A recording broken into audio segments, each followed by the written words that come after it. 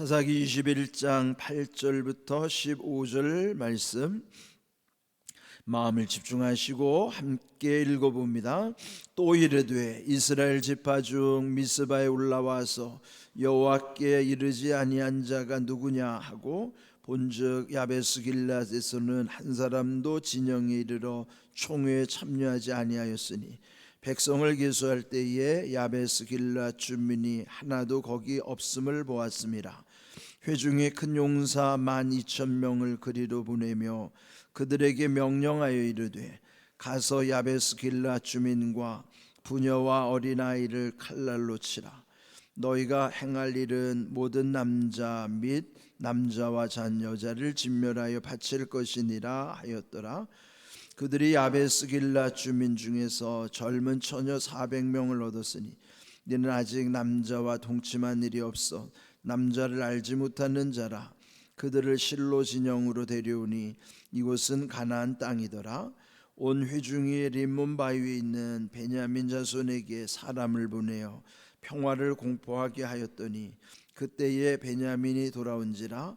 이에 이스라엘 사람이 야베스 길앗 여자들 중에서 살려둔 여자들을 그들에게 주었으나 아직도 부족하므로 백성들이 베냐민을 위하여 뉘우쳤으니 이는 여호와께서 이스라엘 지파들 중에 한 지파가 빠지게 하셨음이었더라.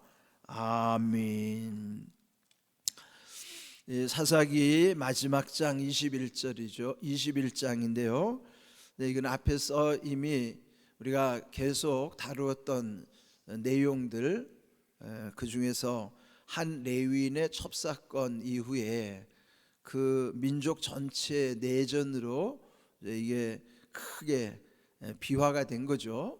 그렇게 해서 결국은 그 11지파와 이 베냐민 한 지파의 전쟁 이후에 결국은 이 베냐민 지파가 거의 다 이제 진멸을 당하게 됐다고 그랬죠. 앞에서 말씀드린 것처럼 남자는 600명 정도 남겨진 상황.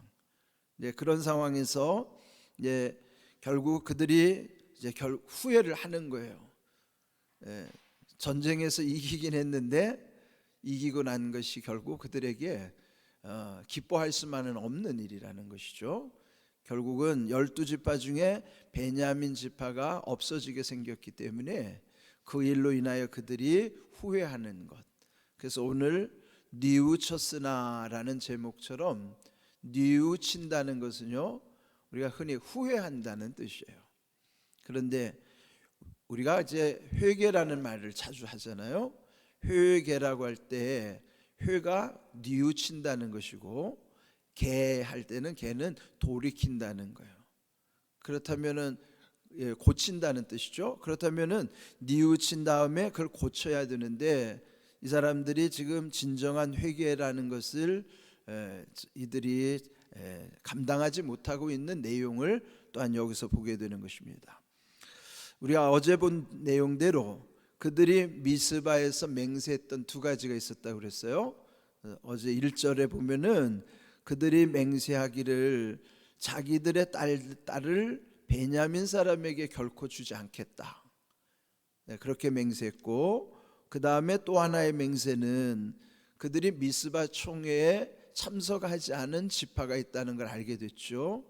그래서 결국은 야베스 길앗 사람들이 그 총회에 참석하지 않은 것에 대한 징계로 군대를 보내서 거기도 또 완전히 또 진멸하고자 하는 그 악한 모습이 여기 또 그려져 있는 거예요.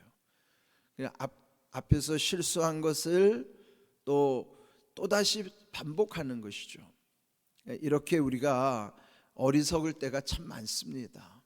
그런데 이들이 맹세한 것에 대해서 만일 자기들이 맹세한 것을 지키지 않으면은 저주가 자기들에게 임한다고 한 그런 두려움이 있는 거예요.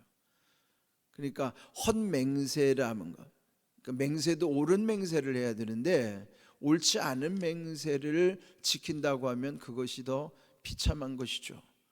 근데 이들은 옳지 않은 걸 맹세하고도 그것을 지키지 않으면 저주가 임할까 봐 오히려 이제 지금 여기 오늘 읽은 말씀에 보면은 결국은 야베스 길르앗 주민들을 또 살상하는 사건이 벌어지는 것입니다. 8절 또 이르되 이스라엘 지파 중 미스바에 올라와서 여호와께 이르지 아니한 자가 누구냐 하고 본즉 야베스 길르앗에서는 한 사람도 진영에 이르러 총에 참여하지 아니하였으니. 그러니까 그거야 눈에 확 띄는 일이죠. 또 그 결과에 대해서 여기 본문에 보면은 그 결과에 대한 그 과정 설명이 없어요. 만약 그들이 참석하지 못했다면은 참석하지 못한 사유를 확인해 줘야 되지 않겠어요? 우리가 무슨 일을 하든지 그 결과만 보고 판단하기가 쉽죠. 저도 이따금 이렇게 새벽 기도에 보면은 안 나오시던 분들이 나오면은 참 기쁜 일이죠. 그런데 늘 나오다가 안 나오시는 분이 있으면은 또 염려가 되기도 해요. 그러나 또 어떤 면에서는 해야 할 일을 마땅히 해야 할 사람이 안 하는 경우가 있고, 안 해도 되는데 또 그거를 하는 사람도 있어요. 근데 그런 걸 보면은 우리의 이런 모든 것을 항상 신중하게 판단해야 된다는 거예요. 만약에 주의를 지키지 못한 사람이 있으면, 요즘은 주의를 지키고 싶어도 못 지키는 사람도 있습니다. 그래서 모든 걸 다 똑같이 보면 안 됩니다. 그가 못하면은 못하는 이유가 있을 것이다.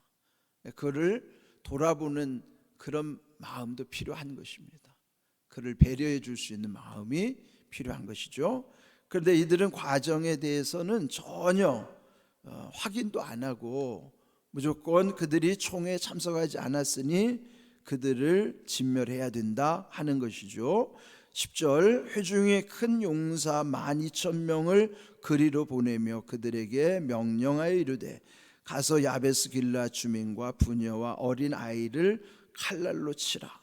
이게 얼마나 잔인한 일입니까? 그 부녀와 어린 아이들이 그게 무슨 잘못이겠어요? 지금도 그 이스라엘 전쟁을 보십시오. 모든 전쟁의 피해자는요 이렇게 부녀와 어린 아이들이에요. 걔네들 그분들 아무 잘못도 없는데 결국은 가장 피해받는 대상일 수밖에 없는 것이죠. 이런 비참한 일을 또 스스럼 없이 자행할 수밖에 없다는 것이, 이것도 참 우리가 깊이 생각해야 될 일이에요.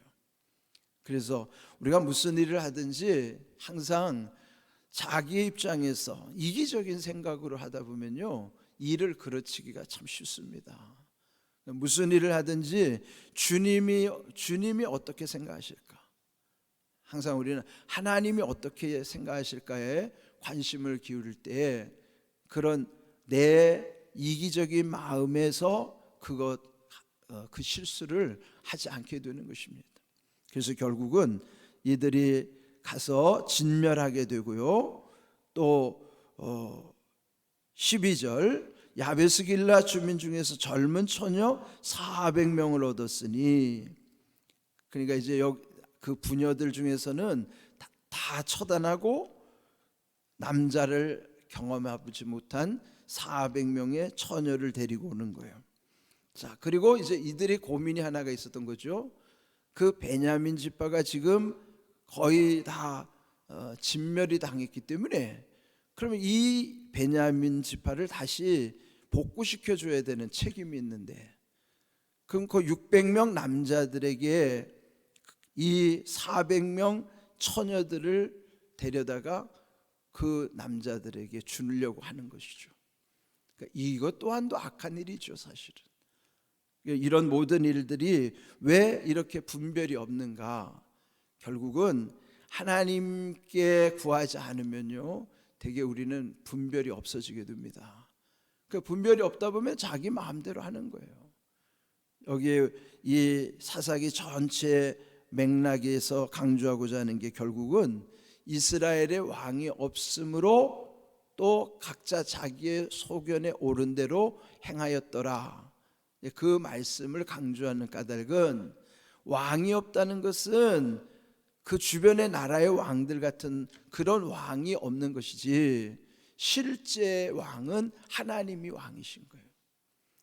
하나님이 왕이시기 때문에 하나님이 그들을 다스리시는 거예요. 그리고 하나님이 왕이심을 그들이 받아들일 때 그 나라가 하나님이 다스리시는 진정한 귀한 나라가 되는 것이죠. 그래서 오늘 우리도 마찬가지예요. 오늘 우리도 하나님을 왕으로 모시는 사람은 하나님의 다스리신 가운데서 모든 일을 이루어 가게 되는 것입니다.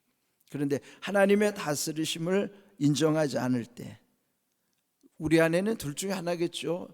하나님이 왕이시든지 그렇지 않는 사람에게는 내가 왕이든지.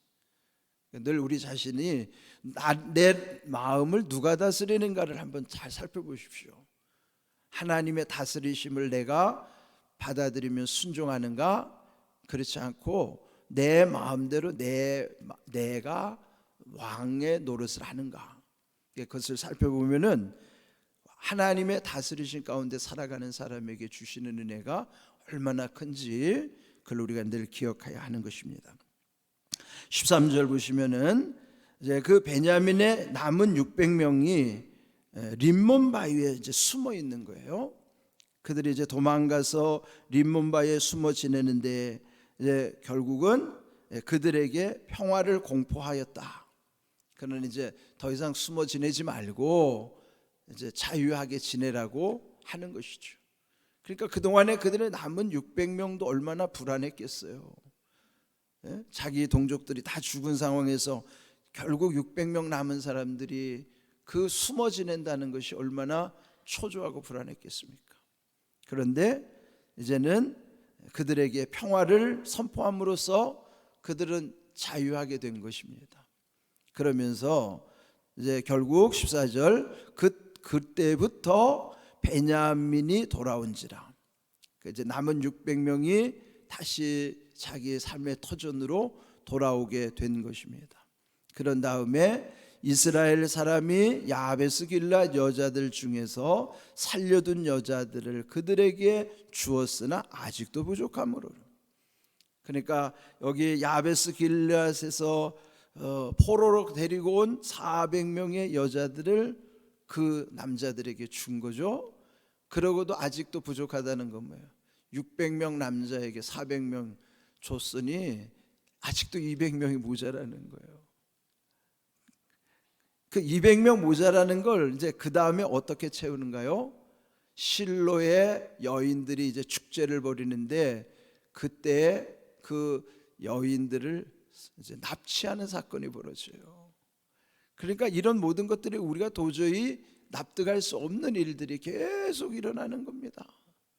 그러니까 이렇게 어리석은 일들이 계속 자행되는 것은 그들이 역시 하나님과의 관계가 분명하지 않기 때문에 이렇게 이런 어리석은 일들이 계속 지속되는 것입니다. 15절 백성들이 베냐민을 위하여 뉘우쳤으니 이는 여호와께서 이스라엘 지파들 중에 한 지파가 빠지게 하셨습니다. 결론은 여기서 뉘우치기는 했는데 온전한 회개는 이루어지지 않은 거예요. 근데 여러분, 우리가 온전한 회개가 중요합니다. 온전한 회개라고 하는 것은 그를 뉘우칠 뿐만 아니라 그걸 고치는 거예요. 그러니까 고친다는 것은 원래 있어야 될 제자리로 돌아가는 것이 그게 회개입니다. 그러니까 뉘우친다는 걸 우리가 흔히 말해서 후회라고 그러잖아요. 그러니까 한문으로 후자가 뒤후자거든요. 뒤에서 뉘우치는 거예요. 그러면 뒤에서 뉘우쳤다는 것은 뭡니까? 때가 지났다는 거예요. 그런 후회는요 돌이킬 수도 없어요. 그러니까 우리가 어떤 회개라고 하는 것은 뉘우치는 것에만 머무르는 것이 아니라 그를 고쳐서 원래의 하나님이 원하는 제자리로 돌아가는 것이 그게 진정한 회개라고 하는 거예요. 그러면 진정한 회개는요 똑같은 실수를 반복하지 않습니다. 정말로 회개하면은 똑같은 죄를 안 져요. 그런데 만약에 내가 회개를 했는데도 또 그 죄를 여전히 똑같은 죄를 반복하고 있다면 그거는 진정한 회개가 아니에요. 그냥 뉘우치는 차원에서 살기 때문에 후회하는 차원으로서만 그렇게 되는 것이지, 진정한 회개는요 똑같은 죄를 절대 반복하지 않습니다. 저는 그걸 많이 우리 일상에서 경험하기 때문에, 그래서 회개가 얼마나 중요한가. 그래도 회개했다고 해서 그럼 완전한가? 완전하지 않죠. 왜 완전하지 않을까요? 모르고 짓는 죄가 많기 때문이에요. 그러니까 모르고 짓는 죄가 많기 때문에 결국 우리는 또 회개하는데 모르고 지은 죄를 깨달아서 알게 되면은 그 죄 또한 다시는 그 똑같은 죄 안 짓습니다. 그런데 이제 요즘 보면은 은밀한 죄를 이거 해결해야 되는데요, 은밀한 죄의 문제를 해결하지 못하는 경우가 적지 않아요. 그래서 교회 안에서도 보면은 여전히 남들은 모르죠. 사람은 얼마든지 속일 수 있어요. 그런데 하나님은 절대 속일 수 없어요. 그러니까 교회 다니면서도 나쁜 짓 하는 사람, 바람 피는 사람, 이런 거 쉽게 생각하는 사람들은 그런 회개하지 않았기 때문에 그런 겁니다. 정말로 회개하는 사람들은요 바람 피는 거 딱 끊습니다. 정말로 회개하는 사람들은 똑같은 죄를 다시 안 져요. 그래야 마음이 평안한 겁니다. 그런데 제가 이제 이렇게 신방하다 보니까 어떤 분은 그런 얘기 하더라고요. 여러분이 이게 술 담배 끊는 문제가 쉽지 않잖아요. 특별히 남편들 술 담배 끊는 문제 쉽지 않아요. 그런데 그거를 옆에서 하나님 앞에 기도하니까 어느 순간에 보니까 남편이 담배를 끊고 술을 끊고 하는 걸 제가 여러분들에게 간증을 들었어요. 그러니까 여러분이 사람에게 얘기하면 잔소리가 되는데 하나님께 기도하면요 언젠간 하나님이 다 끊어주신다고요. 그래서 여러분이 우리가 무슨 일을 하든지 사람을 상대하기 전에 하나님을 상대해야 돼요. 하나님께 여러분이 기도하는 거는 절대로 그게 기도가 땅에 떨어지는 게 아니에요. 단 믿음으로 구한다면, 그러니까 여러분이 믿음으로 구하는 것은 하나님이 듣고 계시고 때가 이르면 반드시 응답하신다는 사실을 기억하셔야 돼요. 그래서 우리가 늘 진정한 회개는 우리를 거룩하게 할 뿐만 아니라 똑같은 실수나 똑같은 죄를 절대 반복하지 않게 하시고 또 모르는 죄에도 깨우쳐 주심으로써 또다시 점점 더 거룩해지게 하시는 하나님의 은혜가 있다는 사실을 기억하십시오. 오늘도 주신 귀한 말씀대로 늘 회개의 영을 사모하면서 또 회개할 때마다 더욱 거룩함의 능력으로 우리를 온전케 하시는 하나님의 은혜, 그 거룩함의 능력으로 여러분이 날마다 새 힘을 얻고 또 모든 일들 하나님의 응답을 경험하는 삶이 되기를 주님의 이름으로 축복합니다. 아멘.